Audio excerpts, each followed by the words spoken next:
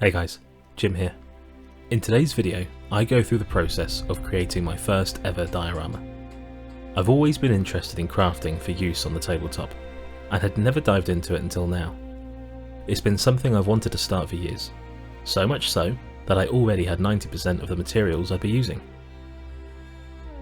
I wanted to start with something I thought was very simple, and maybe it is, especially to the experienced crafter. But watching others and doing it yourself are two very different things. I decided to make a display board for my Oldburg Fallen one set from Artisan Guild. If you're interested in how I painted these models, along with the crypt, then please go and check out that video after this one maybe. A lot went right on this build, and a few things didn't. So I'll go through a lessons learned at the end in the hopes of helping any other new crafters. To start things off, I had to decide on a base. So I went on a trip to Hobbycraft and I picked up a cheap photo frame for only £2.50. The sheets of foam I had were already cut into a rough 30 by 30 cm square, which almost fit perfectly. Flipping my frame to get to the rear, I opened it up with an old dry brush handle, which perfectly gripped these little metal clips that hold the backboard in. Once opened, I saw that there was a small inner bracket and a kind of paper lining.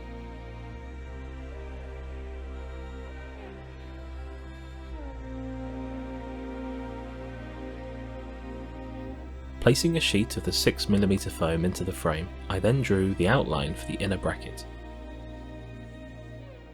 This is so that I knew how much to trim the foam down to. I then cut off the excess foam using my Stanley knife and cutting mat. Then, I put the foam back into the bracket to make sure it was snug. Then went on to cut two more pieces into the same shape. I then started to glue the foam sheets into the frame with my hot glue gun, essentially applying it everywhere to create a firm bond.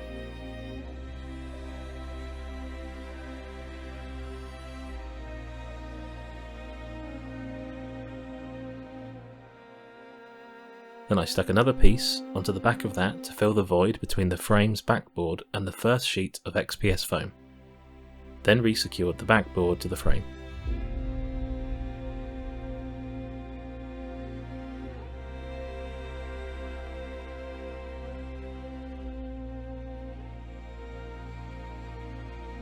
My next step was to apply the surface layer of foam, which I had already marked out with model locations and a platform I had planned on building up to.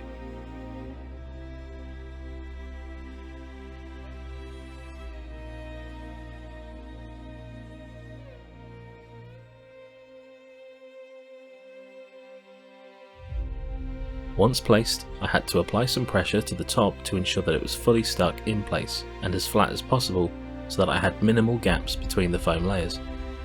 With the foam firmly stuck into place, the next step was to plan the upper level of my graveyard. I had this pinky piece of plastic foam, which I got from work. They're used as a screen protector, and if I wasn't using this, I'd have just used a few more pieces of XPS foam and built them up slowly. It wasn't what I originally marked out to be the step up on this build, but it fits perfectly. The very next thing to do, of course, was to then stick that in place with more hot glue. Next, I took some measurements of the section that I had planned to make some steps for. I don't know what my cack-handed ass did, but these measurements were pretty much useless.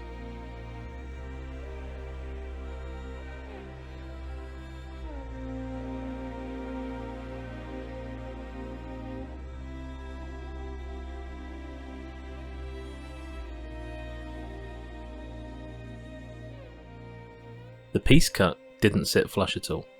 Luckily, a bit more cutting and I got there in the end. Plus, I knew small gaps could just be filled with more hot glue or some texture paste. A literal 20 minutes later, and I had some jigsaw pieces of foam together in the rough shape I was after, and so I started cutting down a few of the 3mm thick pieces of foam just to make some steps. Not too long after, I had placed all the steps around the new platform.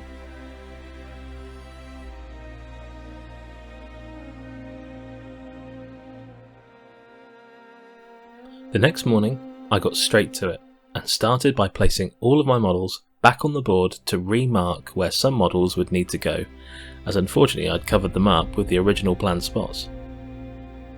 And so that I knew which ones to ignore, I then marked the circles that I'd be cutting out with a pen. The next step for me was to indent the circles by only a few millimeters so that the models could sit nice and snug into their designated positions. Did that go to plan? Did it heck? Eventually, I cut out the marked locations with my hobby knife and decided to go back to the hot wire cutter to smooth out the edges. But unfortunately, my chubby little hands kept getting in the way of the camera. This process wasn't perfect, and is definitely one that I can add to the lessons learnt list. Next, I checked the depth of the model base. Cutting all the way through this 3mm thick foam meant that I had some deep holes that I had to fill. Luckily, I had a plan for that, but it was a bad plan. I started to partially fill all the holes with hot glue. Now, filling the holes was a good idea, but using hot glue to do it was the problem.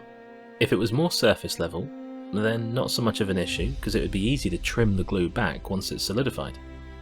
But being in those tiny little gaps made it very difficult. Not yet realising the problem I've caused myself, I carried on and started adding texture to the foam. Using a rolled up ball of kitchen foil, just rolling it slowly and firmly over all of the XPS foam. The next step for me was adding more texture to the ground surface. All of my Undead models had kind of a cobblestone base looking thing, so I wanted to add this effect to the foam. Using a ballpoint pen, I just started engraving the foam with some stones. Sped up to 10 times speed, it doesn't seem so bad. An hour and a half later, I then started adding some rubble to the ledge. I thought this might make it look more natural. I did this by applying some hot glue and then sprinkling some ripped up corkboard over the top. Next, I wanted to cover this section with coconut husk, and the hot glue wasn't really working out. It just dried way too fast to actually be able to sprinkle anything over the top of it by the time you got the amount of hot glue on it that you needed. I decided to try using some superglue. Bad idea. Superglue does not coexist well with XPS foam. In fact, the smoke generated from putting superglue on XPS foam stung my eyes so bad that I had to take a break. Once I'd finished crying, I decided to stop messing around and do what I should have done from the beginning. Texture paste. Combining the coconut husk with PVA glue and paint, I made a nice big mess. Despite how it looks, it works. I did end up mixing in more glue and more paint just to make a more liquid consistency, rather than the actual paste look. And after 24 hours, it was completely set.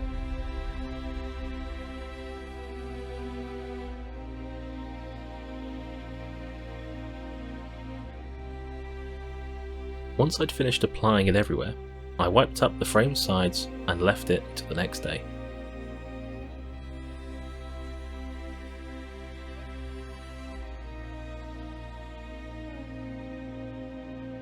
The next day, I started off by forgetting to film. All you missed was me applying sand into some of those spots that hadn't actually dried, focusing mainly on the model base cutout areas. These were still very wet, even after 24 hours. But as you can see, it's dried well, and it's hardened. The next step was to apply a base coat. I wanted to work towards spraying the diorama, but aerosols will melt the XPS foam, just like the superglue did. So you've got to build up some protection. PVA glue does a great job, but it comes with a very slow drying time. And as I'd used it on the first coat, for this second coat I just mixed black primer and blue craft paint, and then covered the entire diorama.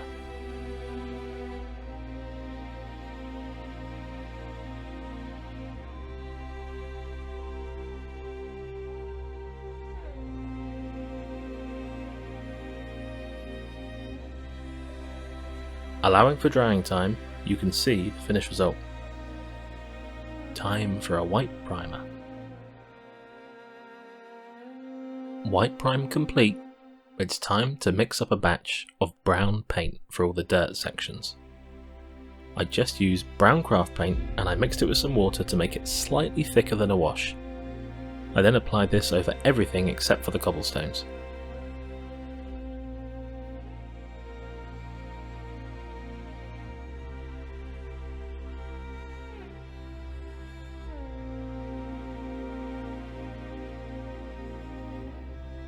Then I apply some dark blue craft paint to the cobblestones. This is to try and help match the cobblestones that I've used on the bases for my undead models.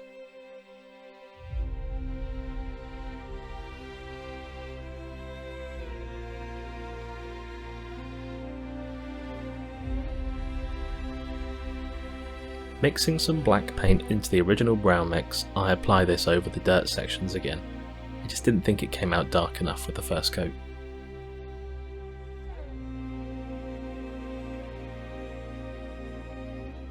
And then I do the exact same thing for the blue mixture.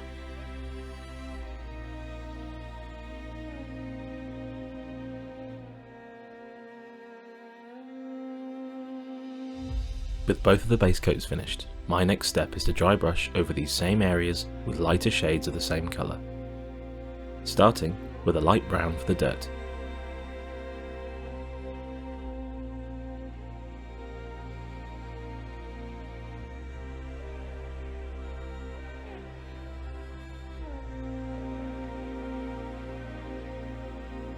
I mix in a little white to my brown colour to get an even lighter shade to go over the same brown areas.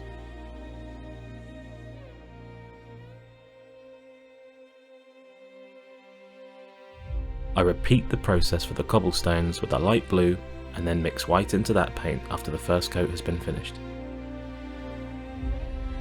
Dry brushing is simply applying paint to your brush, in this case a small makeup brush, then working the paint into the bristles by wiping off a lot of that paint onto a textured surface. For this, I'm using a dry palette from Artisan Guild Set.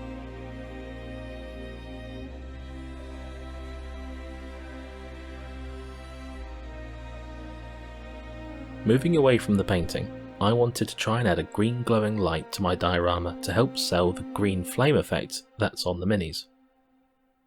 I had the idea of placing it in the crypt building, which would be at the top of the hill. A quick Amazon purchase later, and I'm very happy with how it came out.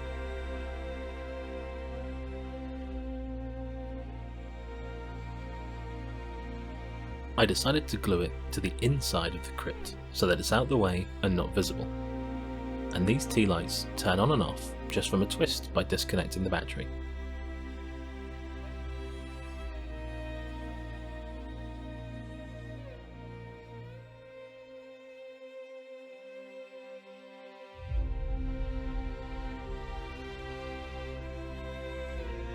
Time for some flocking. I'm using two different types. The first being Army Painter Battlefield Grass.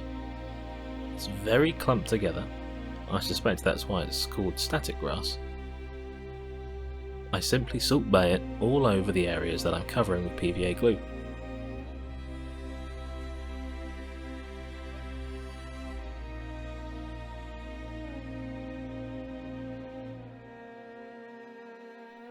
The second flocking is just a finely ground up foam flock, which I got from Hobbycraft Diorama set. When done, I wipe down the sides in case any have stuck in an area that I don't want. Then I whip out my grass tufts, using many different ones. These first ones being from War Painter Scenics.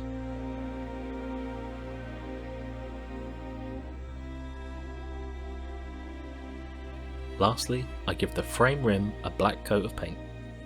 I had to apply this twice, and actually buy some more black paint. Lessons learned. Firstly, cutting dried hot glue is bloody difficult to do with a hobby knife, especially at weird angles. Only use hot glue if absolutely necessary and you have no plans to cut it up afterwards. Secondly, dry fit everything first, using pinning or tacking. This will then keep everything in place so that you can do your measurements and cut it to size as needed. Lastly, don't put superglue on XPS foam. It bloody stings the eyes and it melts the foam. Anyway, time for the showcase. I hope you enjoyed this video. If you're new to crafting, I hope it helped you with your first build, and if you're not new, then let me know what you would have done differently, maybe in materials or just your method. Thanks, and see you next time.